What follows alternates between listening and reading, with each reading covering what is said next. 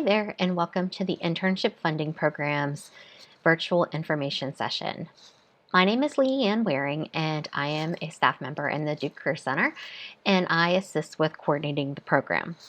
It's my pleasure today to walk you through this virtual information session, and I hope you find that the information shared is valuable as you complete your applications. As part of the virtual information session, we're going to cover some of the basics about the internship funding program. This includes objectives of the program, qualification criteria for both students and positions, some frequently asked questions that I receive throughout the process, the new application process, and some important dates that you'll want to note.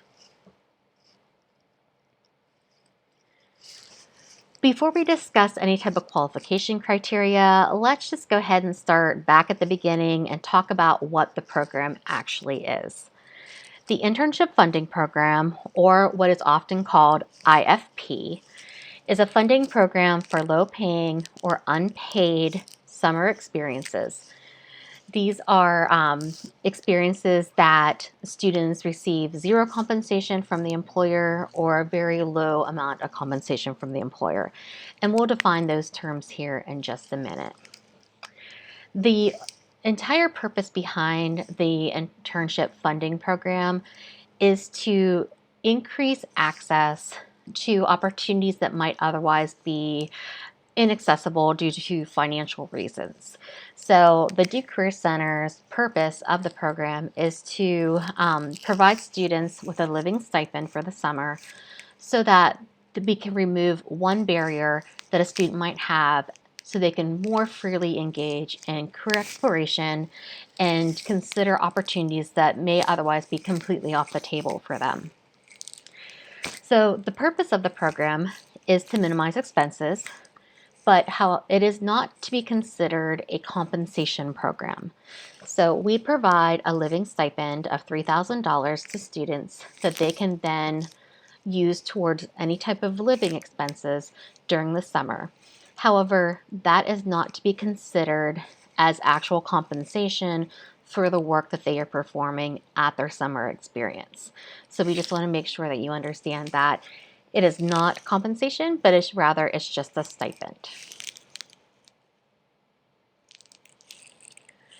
So there's two key pieces of information I just want to share right up front because it tends to be very important information for students. And the first is the application deadline for the internship funding program. So applications open at the end of January, and students have from the end of January until 11:59 p.m.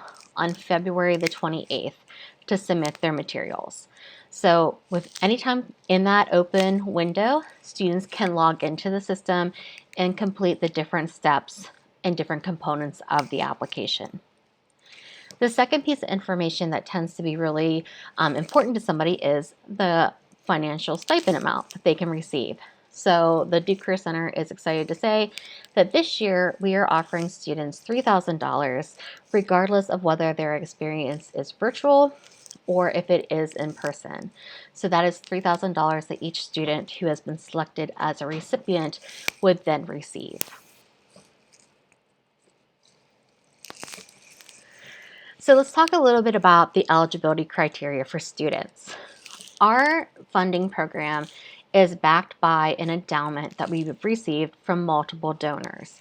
The endowment does have some restrictions on it that is placed there by the donors, and that then in turn influences the students and the types of experiences that are eligible for funding through the program. So the first criteria for eligibility for students is that the student has to be a currently enrolled undergraduate student at Duke. Our endowment specifically states that these funds are for undergraduate students only. So as a result, unfortunately, graduate students or professional students are not eligible for funding at this time through the internship funding program. First year students through first semester senior undergraduate students are all encouraged to apply. The second criteria is that the students do need to be a continuing student in order to be eligible for the funding. So that means that the student does have to be enrolled either in courses or in a Duke approved program for the fall following their summer experience. So they do have to be a continuing student and maintain that continuing student status. As a result, unfortunately, May and August graduating seniors are not eligible for funding at this time through this program. All students do need to be in good standing, and that relates to academics, conduct, and student accounts. And they also have to complete all of the steps in the application process. So the application process, which we'll get into more detail in just a few minutes, has 4 different steps to it. And I'll talk you through each one of those steps here in a few slides. If you are here on a student visa, you do have to be legally eligible to complete an internship in order to receive funding. So if you are on a student visa and you're not sure whether or not that visa allows for you to intern, I encourage you to meet with the Duke Student Visa Services office. They are wonderful and they will sit down with you. They'll walk you through what your visa is and any restrictions that may apply. Students should be at least in the application process for an experience. So we talk about internships a lot. The name of the program is the Internship Funding Program. But what you'll see here in just a minute is that the program is not only restricted to internships. It's also open to research projects, civic engagement experiences, and other types of experiential learning experiences. So in order to be eligible to apply for funding, a student has to be in the beginning process of either submitting an application or in preliminary conversations about their summer experience in order to apply for funding. They don't need to have an offer in hand. So the student does not need to have, an internship offer before they apply, but they do need to be in that application or discussion process in order to apply. Students are not able to complete other summer programs concurrently as they complete their IFP experience. So we want to set up students so that way they are positioned for success and that they get the most out of their summer as they possibly can. So as a way to protect students' time, we do not allow students to participate in more than one program concurrently with the IFP. If you are participating in a program prior to the beginning of your IFP experience or after the ending of your IFP experience during summer, that's perfectly fine. We just don't want to have students overcommit themselves and find themselves in a situation where they wake up and they realize that they are working 65 hours a week.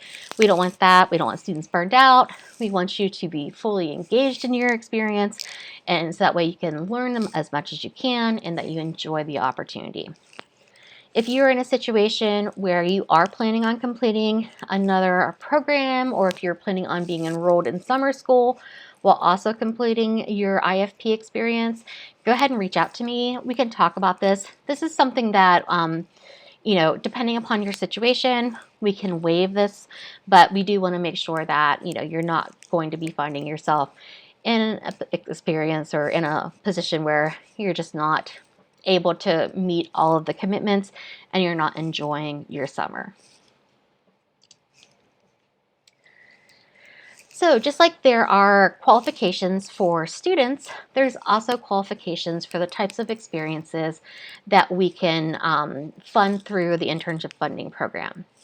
So I mentioned before that this can be an internship, it could be a research project, it could be a civic engagement opportunity. So there's a lot of different types of programs out there. You're not limited to just having that intern in your title. But there are some key criteria that the experience does need to have. And the first one is that it does have to provide you with at least 240 hours in the experience. So that is 240 hours as a minimum. It can definitely be more than that. So if you're looking at a summer internship that's 300 hours, that's great. That's perfect. That's fine. It just can't be under that 240 hours. If you find yourself in a situation where maybe you received an opportunity that is 120 hours, you can pair that up with another experience that offers another 120 hours that complements the first one in order to satisfy the 240 hours. So an example of this is very common in entertainment. So a student may receive an internship with a talent agency and it's 120 hours a week. They may then pair that with a movie production company that's another 120 hours a week. So that way they're satisfying that 240 hours. If this is the type of situation that you find yourself in, no problem. You only need to document both of those experiences on your application and let us know that they would be completed together in the same summer. Doesn't necessarily have to be at the exact same time so that you're doing both concurrently, but it does have to they do have to happen in the same summer, and let us know that they are being combined to meet this criteria. So the second criteria for experiences is that they do need to begin and end during the summer. So that means that they cannot begin before summer session begins, and they cannot be extended into the fall session. So they have to begin and end with the 240 hours being completed during the summer term. The experiences should also provide you with some sort of professional supervision, mentoring, training. This is a learning experience for you, and we want to make sure that you are fully supported in that experience. So we will be looking at the opportunities that you provide us to make sure that there is a built-in supervisor who's giving you some on-the-job training, some regular feedback, so that way, again, you're maximizing your experience at that organization. The experience does have to be unpaid or low paying. So to define these terms a little bit, unpaid is pretty easy. It's zero compensation from the employer to the student. Low paying is a little bit more negotiable. So we typically use $1,500 as our guidance as being, the definition for a low paying experience. However, there is a thing called cost of living, and $1,500 in a small rural town in Mississippi may be very different than $1,500 compensation in Washington, D.C. The cost of livings may be very different between the two. So if you find yourself in a situation where you are receiving some sort of compensation from the employer, it could be an hourly wage, it could be a stipend, living expenses, it could be travel assistance, whatever it is, some sort of compensation from the employer, and it exceeds the $1,500, but you are located in a more higher cost of living area, reach out to us, let us know. We often grant waivers for that because we do understand that the cost of living is not universal, and some areas $1,500 isn't going to go very far. As I mentioned, this is not just restricted to internships. Supervised research projects also qualify.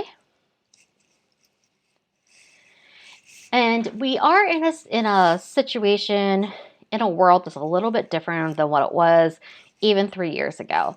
So as a result, there's been a lot of hybrid opportunities, remote opportunities, virtual opportunities that are becoming available to students. We don't want to restrict you in regards to the type of opportunity that you are pursuing.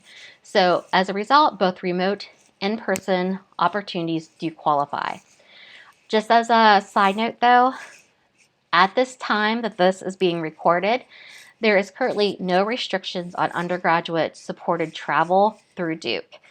This may change and has changed in the past very quickly. For example, last summer, actually in the middle of our application process, Duke released a restriction that said that undergraduate students cannot travel on Duke dollars. due to just health concerns. So as a result, all of our students who were planning on having in-person experiences were no longer eligible for funding. Now, we tried to accommodate those students as best we could. They could switch their experience into a remote opportunity. They could find a different experience. We wanted them to have as much flexibility in that situation as possible. And the same can occur, should we encounter a similar situation in the future. So Duke can release these policies in real time. So they are based upon current situations that are occurring. There's really no way to predict what's going to happen. Just be aware that if something should happen and you're no longer eligible to do an in-person opportunity for funding, you will be notified and we will work with you to try to flip that into our virtual experience or to otherwise accommodate you.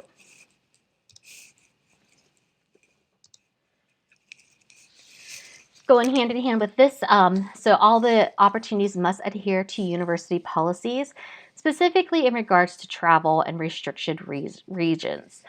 Duke does closely monitor health and safety concerns across the world, and if there are situations that they deem to be either dangerous or students may be vulnerable to, they will put those areas on a restricted regions list.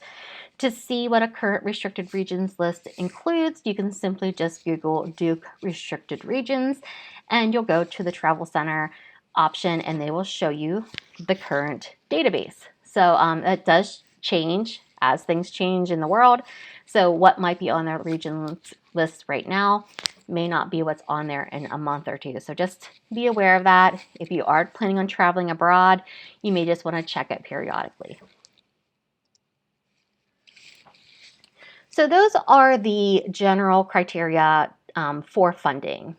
However, that doesn't necessarily mean that all opportunities that meet that criteria are equally competitive. So there are certain situations where certain types of opportunities tend to be more competitive and more likely to receive funding.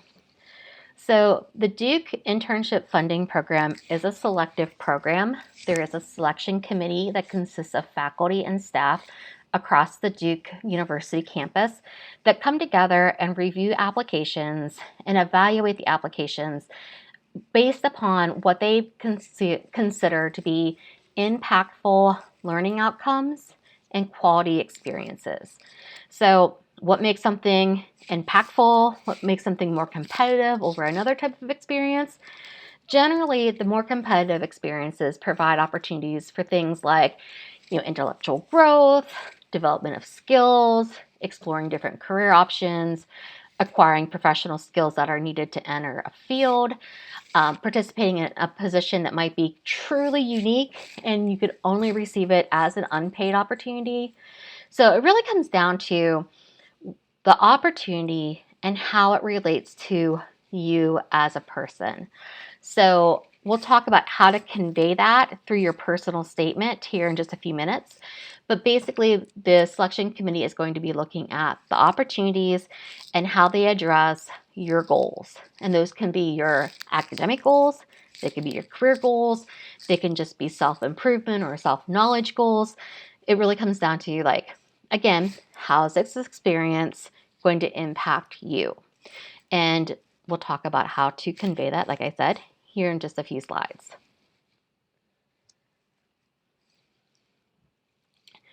So there are some opportunities that we are not able to fund. And again, this goes back to the restrictions that are placed on our endowment.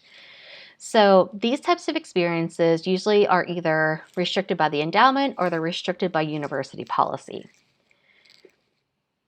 Two very common types of experiences that we are not able to provide funding for are ones that have a cost associated with them. So there's either a fee attached to them or there's a tuition attached to them.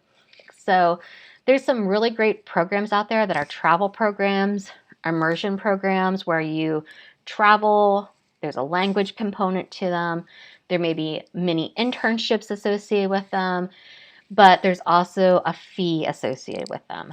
And because there's a fee, Duke has a policy that prohibits us from funding it. So Duke's policy is that you cannot use Duke funds to pay a fee or a tuition to another organization. They also have a policy that you cannot use Duke funds to pay for Duke tuition. So that's just something that is their policy.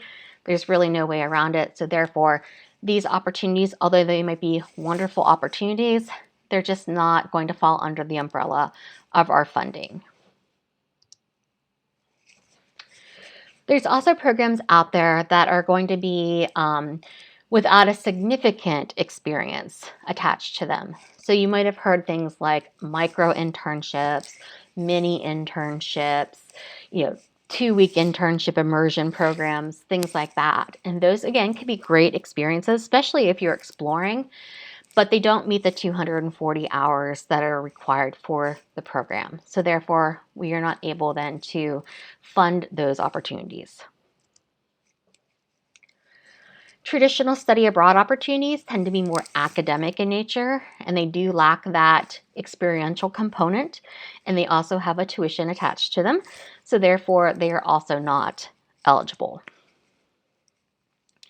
Any experience that does not adhere to university policies, especially in regards to like the travel or the COVID restrictions that may come out in response to health conditions, those experiences also cannot be funded through the university. Experiences that begin or end outside of summer term, as I mentioned, those 240 hours do have to be completed 100% during the summer term. And experiences that do not adhere to the Department of Labor's Fair Standards Act. So I'm sure you've heard of the term illegal internship. It's been everywhere in the last 10 years. There's been litigation about it. There's been a lot of controversy around it. And it's a real thing. So it all comes back to this Fair Standards Act through the Department of Labor. And basically, this act says that if it is a for-profit organization, so this exempts government and nonprofits, some startups also, it just depends upon what the startup is, but all for-profit organizations should be paying their interns unless they meet 6 different criteria set by the Department of Labor. And if you Google Department of Labor, Fair Standards Act, interns, you will see what those 6 criteria are.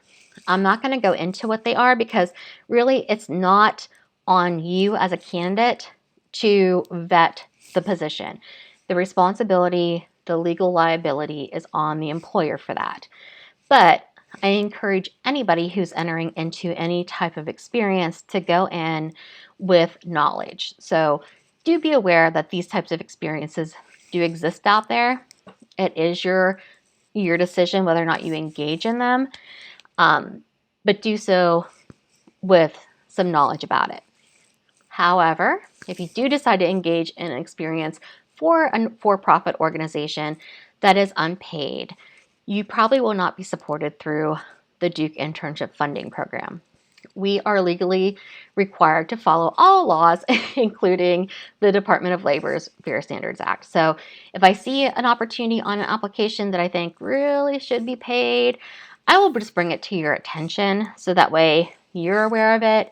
And then we can together kind of look at it a little bit more. If they meet the 6 criteria, or if I reach out to the employer and they explain why it's an unpaid internship, if it meets our criteria, we'll go ahead and fund it. But a lot of times you may not get funding if it is for a for-profit organization.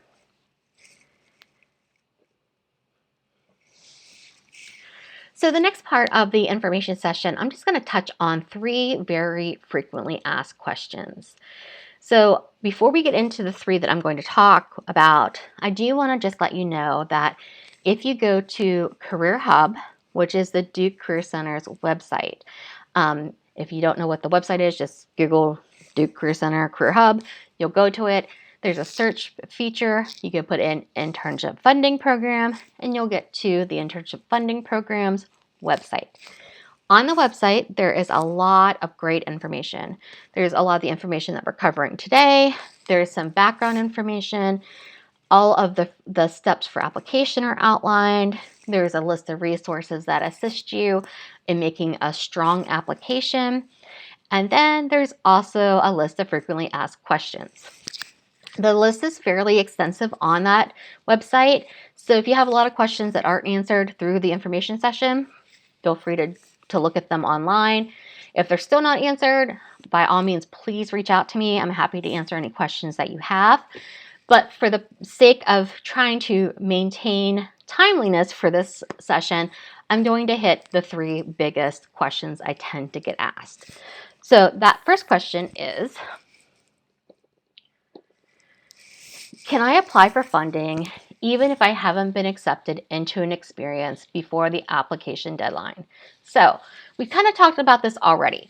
If you're in a situation where you haven't been extended an offer yet, you might not have even interviewed yet. You may have just submitted a resume, or you might have just spoken to your advisor about your research project, but no paperwork has been done, no direct plans have been made. Can you still apply for funding? The answer to that is yes, you can. As long as you've had that preliminary conversation, as long as you have submitted a resume or began that application process with an organization, or if it's a research project with your supervising faculty member, you can still apply for funding. We leave this open for a lot of different reasons, but the main one is that everybody is not on the same application timeline.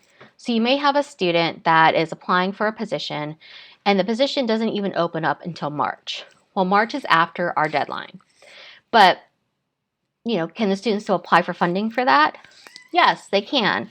They know that they're going to apply for that position, or they've already submitted a resume. They just might not have started interviewing yet. That's perfectly fine. So you can still apply even if you don't have a position secured. Now, if you're selected for funding, which we hope that you will be, we will not begin processing your award, and your award will not be dispersed until we have documentation that you've accepted a position or that you've finalized your research project. So although you can apply for funding, we won't actually disperse the funding until we have your position verified.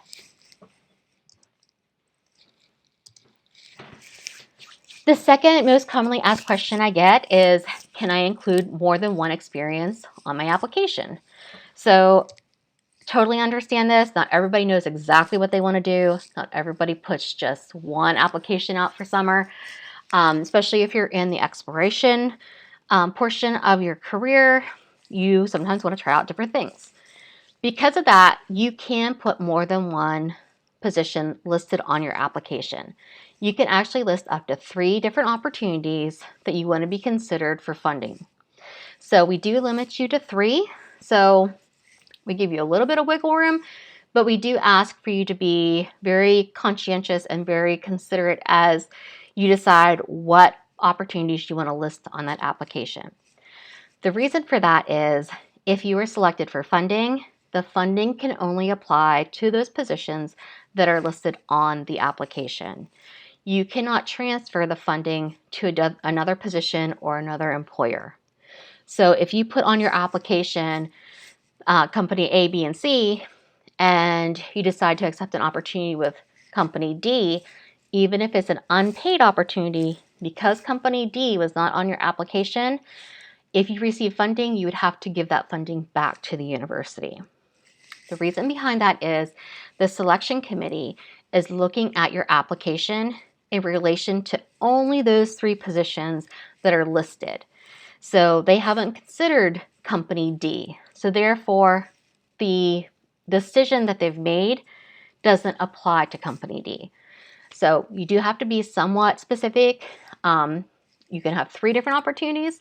Those opportunities can be like 2 research projects and an internship.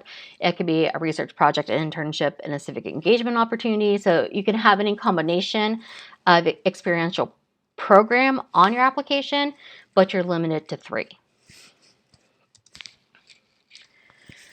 And then the final commonly asked question that I get is one that I would probably ask if I was a student. And that question is, you said it's selective, but exactly how competitive is it to get funding? That's a fair question. Unfortunately, I don't have a clear-cut answer for that. And that is because the funding rate that we have is dependent upon a couple of different things. It's dependent upon the amount of funding that our endowment spins off.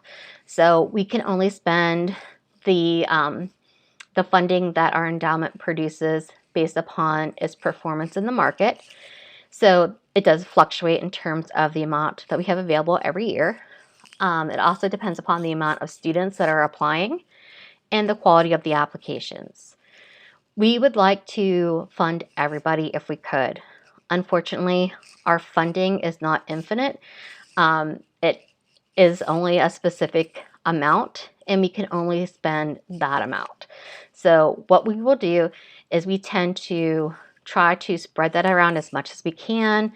If a student is originally offered funding and then their plans change and the funding is returned, we then in turn reallocate it to another applicant that maybe wasn't on the first funding list. So we do try to accommodate as many students as we can. With that being said, over the 9 years that I've been here, I have seen the funding rate be as low as 17%, which in that case, there was a significant increase in applicants that year, and as high as 40%. So, and that was actually last year. We have a wonderful director who is out there and he is soliciting donors, he is championing the program, and he is trying to build up as much funding as he possibly can so that way we can fund more students.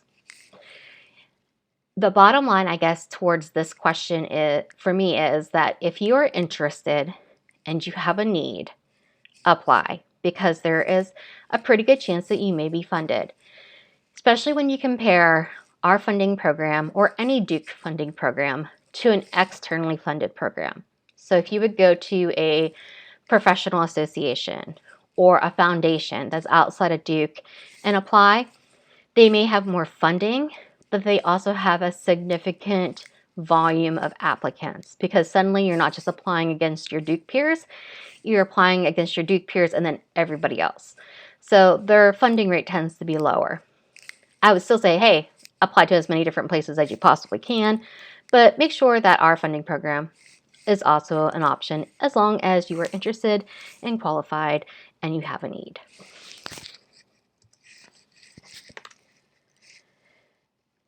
Okay, so the next part of the information session is really going to focus on the application process.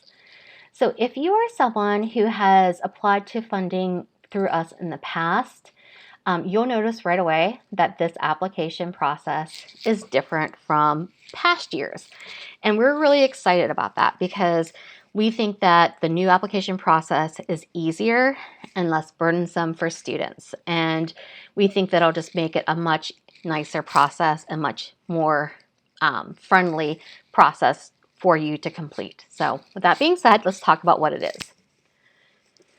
Before we actually get into the steps, another reminder that all parts of your application must be completed by February 28th at 11:59 p.m. I typically warn people, don't wait until 11:59 p.m. because you never know when the electricity might go out, the server might fail, something may happen, and your application doesn't go through. Give yourself some grace, give yourself some time, get it in there beforehand. So late submissions will not be accepted. I will say, however, that there is no benefit for you to rush through and get your application in early. We submit all of the applications to the selection committee at the same time. So you don't get any bonus points for being the first person to apply over the last person to apply. As long as all the applications get in there before the deadline, we send them to the selection committee and they don't even know what the timestamp is on them. So as I would say, apply as soon as you feel confident in your application, but don't skimp on the quality of your application because you think that it needs to be in there the day that the application's open. Okay, so let's talk about what you have to do to apply. The first thing you want to do is you want to go to the Internship Funding Programs page on Career Hub.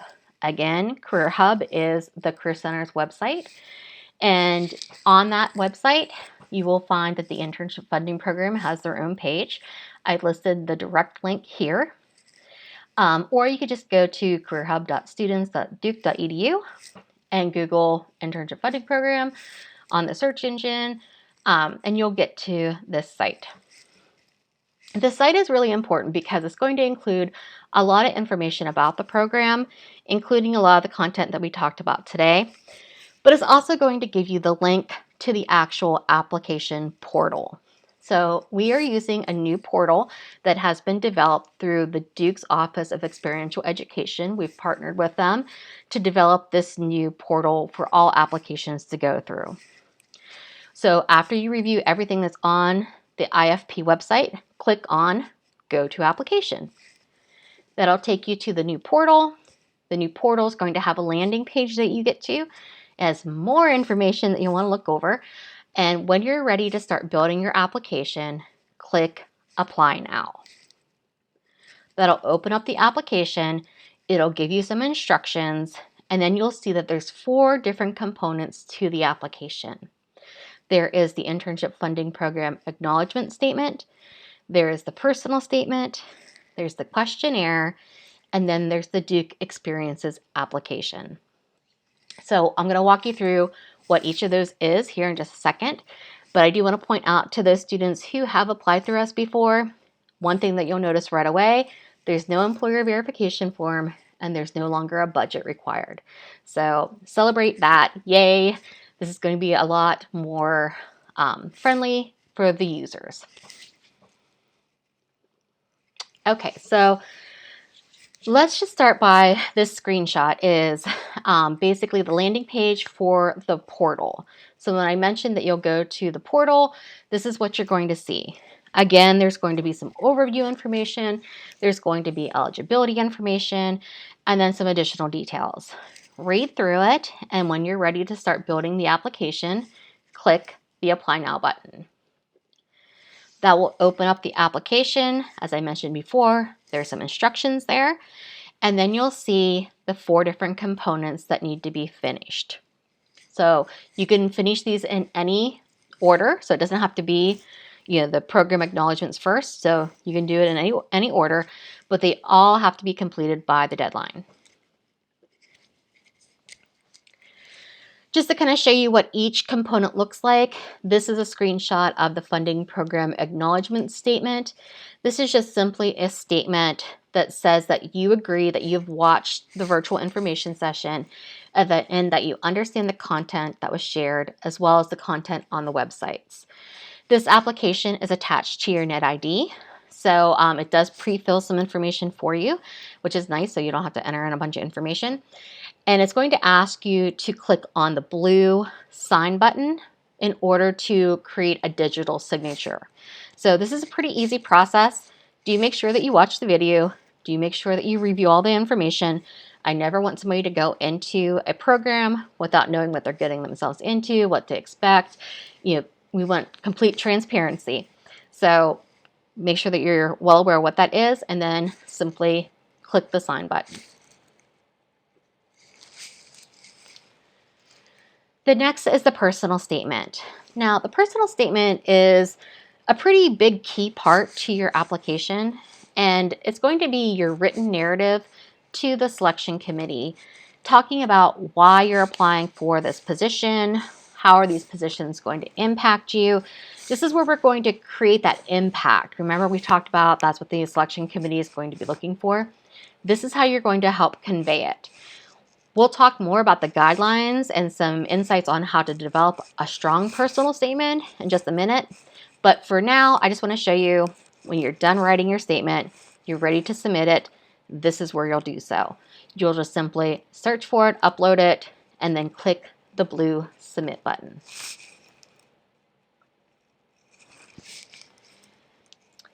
Okay, so now we're on to the Internship Funding Program questionnaire.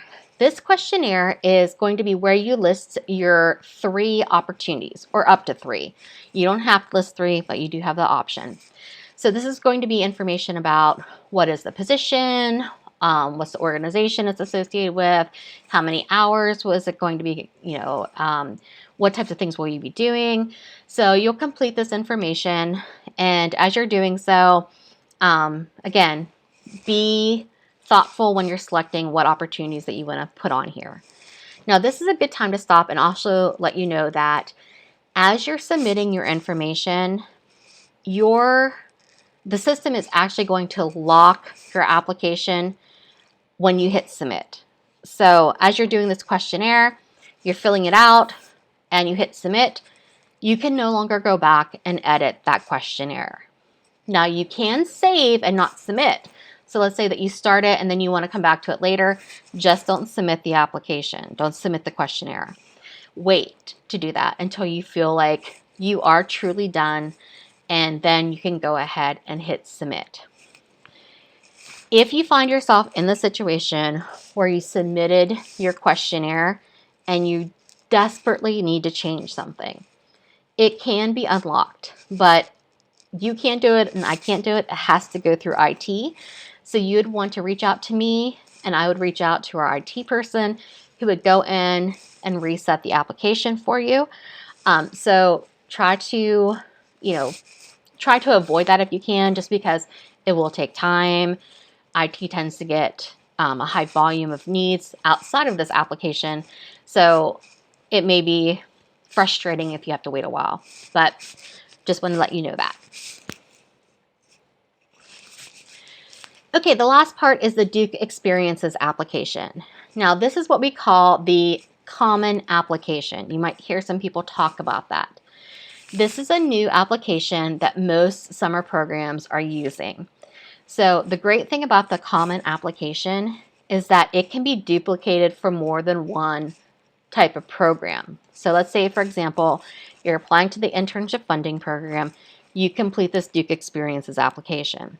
This application has general information on it, things like your major, your plans if you're planning on taking summer classes, just general information, not specific to any one particular program.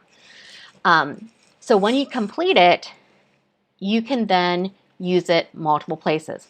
You can use it for us, and then if you decide you want to apply to, let's say, Code Plus, you can go there and duplicate this common application. It saves you a step in the process for them. So great thing to happen. So go ahead and fill out your experiences application. It is required through the university. And as part of that, just be aware that it's going to ask you to upload your resume and an unofficial copy of your transcripts. The resume, if you need assistance with it, you're welcome to come to the Career Center. We have in-person and virtual appointments with our career advising staff. They will be more than happy to help you with your resume and build it so you feel comfortable and confident in it. Same thing goes with your personal statement, and we'll talk about that in just a second. For your unofficial copy of your transcripts, this can be simply just a screenshot of your transcripts off of ACES that you can then upload. You do not need to get an official copy through the registrar's office. So those are the 4 different portions of the application. So again, those 4 components all need to be completed by the registration deadline. All right, so let's move on to the personal statement. I prefaced this earlier and I said this is a very important part of your actual application, and it is. And the reason for that is this is your own voice talking to the selection committee. So this is one of the pieces of the application that the committee is going to focus on the most. They're going to be looking at this and they're going to be seeking out key information that's going to create impact. So again, they're looking for that impact. How's this experience going to impact this person? Before we get into the guidelines, I do want to say only one personal statement can be submitted. So even if you have 3 different positions listed on your application, you have to address all 3 of those positions in this one personal statement. Okay, so some people may have longer statements than others. But as a guideline, we do want to say that your personal statement should be limited to 3 pages, double-spaced with 1-inch margins.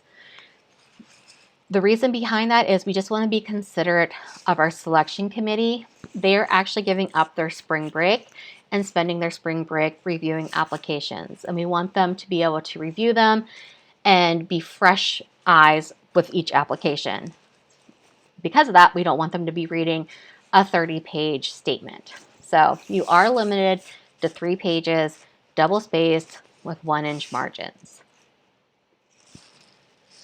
What content should you have within that? So you do want to provide some basic information about the types of positions that you're applying for. So describe the organization that the internship or the experience is associated with. If it's not an internship, talk about your research project.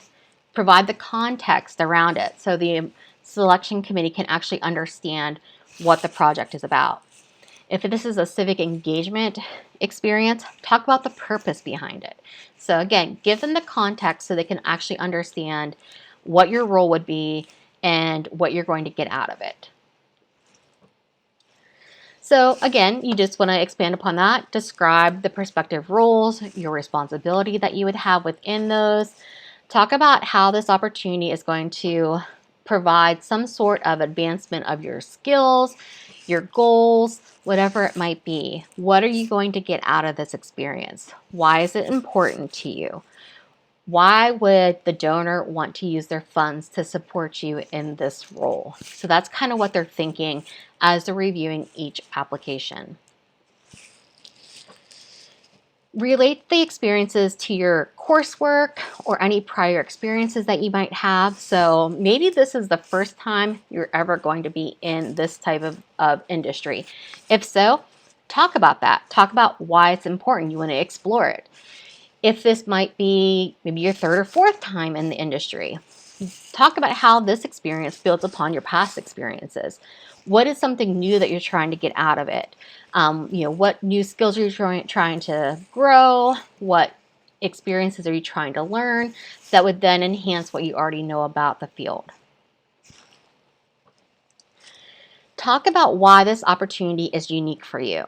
So one of the things that the employer or the selection committee is really going to be looking at is whether or not you could get this same type or very similar type of experience through a paid position somewhere.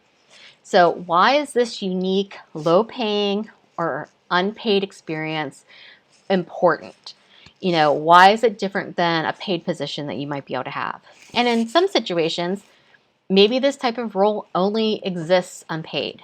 An example might be a lot of federal government has unpaid internships. You can't get experience with like the State Department unless it's an unpaid internship. So talk about that. You can't get a federal experience through a paid private organization, Or maybe the experience is with an organization that allows for sophomore students to get hands-on experience compared to other similar types of internships, but they're only open to upperclassmen. So this is a unique opportunity for you. So what is the impact that this experience has? So talk about what you're hoping to get out of the experience, but also think about what you're hoping to give back to the experience. What are you hoping to contribute to that organization? Because an internship should be a two-way street. You should be gaining experience, you should be learning, but you should also be providing fresh insights. You should be providing, assistance with projects. What are you hoping to give back to that organization?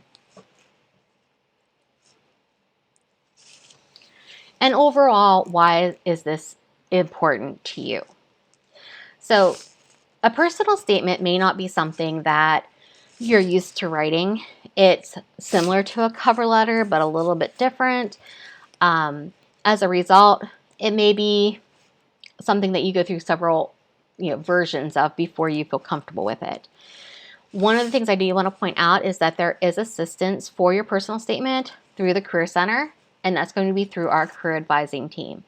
Now, they won't write this statement for you, but they'll help you brainstorm. Once you have a rough draft on hand, they'll go through it, critique it, help you build it up to the strongest statement that you feel comfortable with. So definitely take advantage of that assistance. And I'll talk more about how to go about arranging a meeting with one of our advisors here in just a second.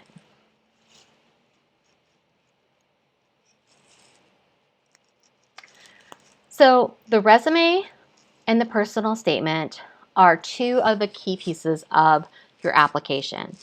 And they're also the pieces that it's kind of up to you to construct, right? The regular questionnaire is structured. You just enter in the information. But the resume and the personal statement really have more freedom. You have more freedom to kind of design that and influence what content is in it. This can be pretty overwhelming, especially if you've never written a resume or you've never written a personal statement, or you just don't feel comfortable writing that type of statement that's about yourself. So how can you get help? There's a variety of resources that the Career Center has that can assist you with your application, both the personal statement, resume, as well as just the general application experience for internship funding program. Some of these resources are things like 15-minute virtual appointments with the internship funding program coordinator. That's me. This is going to be meetings where we can just talk general about the program, answer any questions that you might have about the process. Unfortunately, I am not permitted to give feedback on personal statements or resumes because I am part of the selection committee. We try to make the committee as objective as possible, so we try to limit any type of interaction or personal relationships that might be building between any of our selection committee members and any of the students who are applying. Therefore, I'm kind of removed from the feedback portion, but however, I can answer the questions that they might have about the process. So, what do you do? What should you do in this situation? Whatever it might be, I can give assistance with that. The 15-minute appointments, just email me. I have my email address up here, and we can schedule a time to meet. I do them virtually just because I never know where I'm going to be located on campus, and it's just easiest to schedule a time when I know that physical location may not line up with your physical location. So send me an email. In the title, or in the subject, put 15-minute appointment, and we'll work out a time to get together virtually. There's also individual appointments with the career advising team. So the Career Center has a large career advising team, and they are available by appointment. And those appointments are usually 25 to 30 minutes in length. They occur both in person or virtual. You can select how you would like the format to be. In these appointments, they can assist you with your personal statement. They can assist you through critiques of your resume. They can walk you through the application process. So they are the ones to go to if you want to get that critique or feedback on the quality or content of your documents. How to set up an appointment with them is pretty easy. So you want to go to Handshake. Handshake is our job portal. I'm sure a lot of you are already familiar with it. You'll log in, and one of the options that you have is appointments. So you want to go through the appointments, select a career center, and then it'll allow for you to pick the days and times that work best for you. You can meet with any of the career advisors that are available, or if you want to meet with somebody who's specialized, you can read all the profiles of the different advisors and pick and choose who you'd want to meet with. The career advising team also has drop-ins, and those are basically used for very quick concerns. So quick critiques of resumes, personal statements. So maybe you've already met with somebody and you've made some changes and you just want like a second set of eyes to look at it. That's where a drop-in is. Drop-ins are happening both in person and virtual. You want to check the Career Hub for the times and format of when those are happening. Virtual, I believe that you do sign up for a time. In person, I believe, is a true drop-in that is first come, first serve. So just be aware that you may have to wait.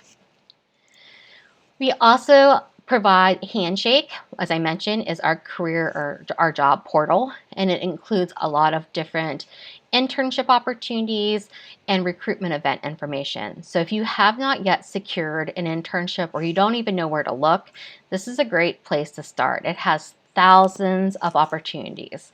So utilize Handshake. Positions come in daily, so we process about an average of 300 new jobs a day. And that's during a downtime. So there's a variety of what you'll see on there.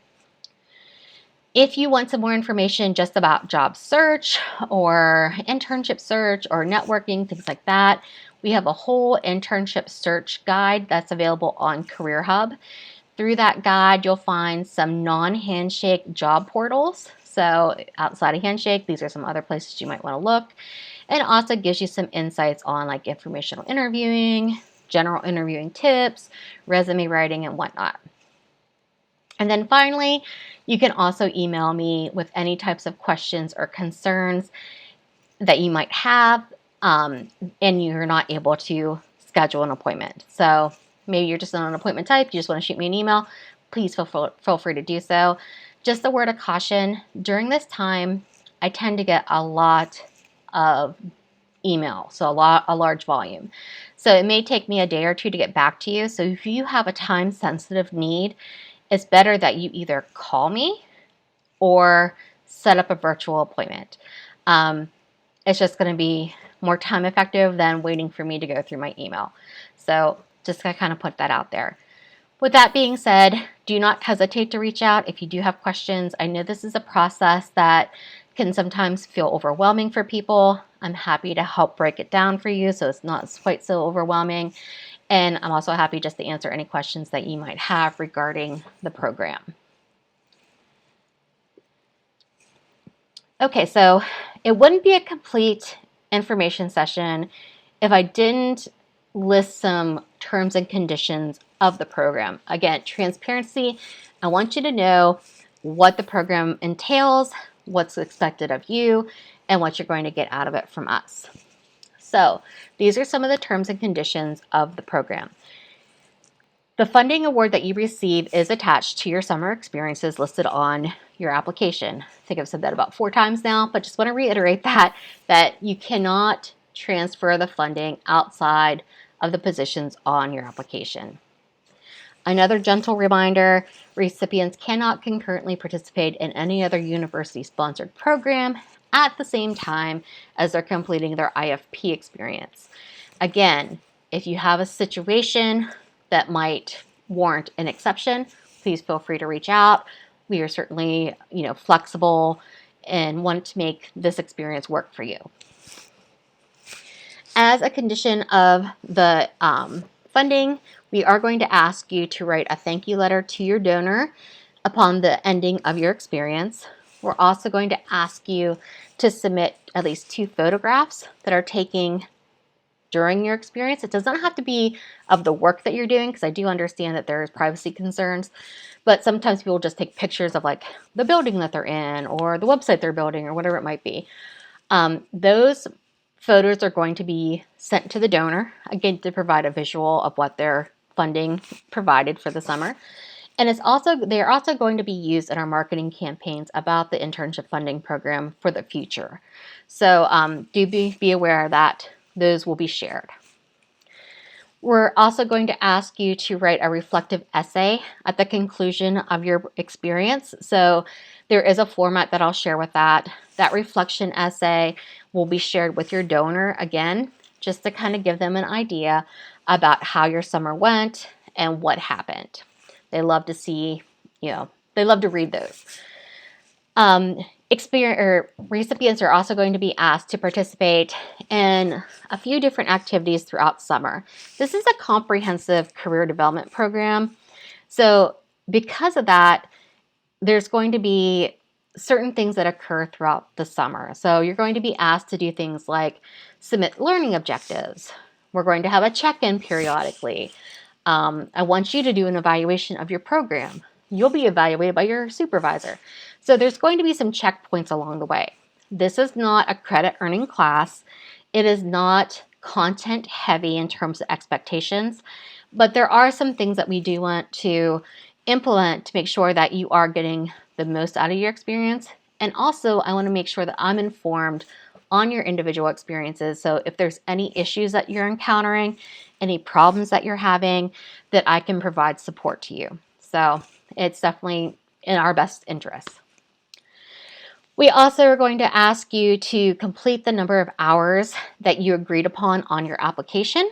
So if you do, for some reason, not complete your hours that are agreed upon between you and the employer, and it's within your personal choice to do so. So let's say, for example, you went to your internship, you decided it's boring, and you just quit halfway through. You didn't complete your hours. That is a situation that occurred because you made that decision to leave. As a result, it's a breach of contract, and you'll have to repay the funding that we gave you. If it's a situation beyond your control, let's say, for example, you go to your internship and something happens to the building, it floods, right? And everyone goes home. The employer can no longer support your internship just because of the physical location, and it's not going to work for them. That's beyond your control. You didn't finish your hours, but there was nothing that you could do about it. Therefore, you would not have to pay back the funding. So be aware that, you do want to make sure that you are completing those hours. Before you make any changes to your summer experience, so let's say, for example, you do decide you want to leave early, or that you become notified that you cannot get the 240 hours in, make sure you reach out and talk to me. That's one of the conditions as well. Keep me updated because I want to be aware of what's happening and I want to provide the best support I can for you. If you are thinking about leaving your experience, talk to me first so we can talk about how that's going to impact your current situation with funding and your future opportunities for funding as well. So we want to make sure that you're making a very informed decision. So those are some of the terms and conditions. You can also read these also on the website. So if you do have any questions about them, please feel free to reach out. I'm happy to talk more in depth. Finally, just some important dates that you'll want to jot down. So get your phone out, mark these dates. The first important date is February the 28th. That's your application deadline. Highlight that in red. Maybe make it a few days prior so that you get everything in before the date. On March 30th, we will announce the recipients of funding. So everyone who applied will receive a status update regarding their funding. Even if you did not receive funding, you'll still get a notification. So March 30th, that funding decision will come to you through your email. So check your emails. Unfortunately, due to the process of the selection committee and all the vetting that is required through the university, we cannot release funding decisions before the 30th. So if you do need to know before the 30th, I apologize. This might not be the best funding program for you. You may want to look for another funding program that works better with your timeline. So the earliest that we can release that information is the 30th of March. April 8th is when we're going to ask those who have been offered funding to either accept or decline. If you accept, great, we'll have you come in and complete your payroll paperwork. That's something that is required through the university, so you can actually get physically paid. If you decline, that is fine too. Please let us know, because if you decline the funding, we can then take those funds and reallocate them to another student. And then at the end of May is when you'll receive your stipend. So most of the stipends will come through direct deposit, especially if you already have that set up with the university through the bursar's office. If not, it'll be a physical check. We'll let you know one way or another. If it is a check, we typically require you to either pick it up in person or agreed to let us mail it to the address that's on file with the university. We can only mail it to the university address that you have listed with the university because of just insurance reasons. So end of May is when you'll receive your funds. And then I mentioned those photographs, the thank you letters, and the papers. Those are all going to be due mid-September, but I'll be communicating that with you throughout the summer, so that way there's no surprise involved. I'll work with you if you need an extension deadline, so we'll get all that information out to you by mid-summer. We want everyone to go into our funding process with the thought that they are going to be funded. So we really want you to be prepared if you are offered funding. One of the things that we have to do to those who are offered funding is set up your paperwork through payroll. This is a process that is highly regulated and has a lot of federal guidelines around it. So we can't really change how we do this. So in order to process your checks, we do have to have you come in and provide us with some sort of federally approved documentation about your identity. So that could be a valid passport, or it could be 2 forms of identification that include your driver's license and a social security card. If you are a student who's here on a visa and does not have a social security card, you can get a social security number. We can walk you through that process. It does take some time, which may impact when your award is actually processed, but it's not impossible. So the key here is you just want to work with our business manager on getting that set up and follow through with the steps that you have to do, so that way we can process it. If you are already on Duke University's payroll, let's say, for example, you're work study, you work in the Career Center, chances are you don't need to do this paperwork because it's already established. But if you've never been on Duke payroll, or if it's been a while since you've been on it, you'll have to fill out this paperwork again. It's just federal guidelines require it.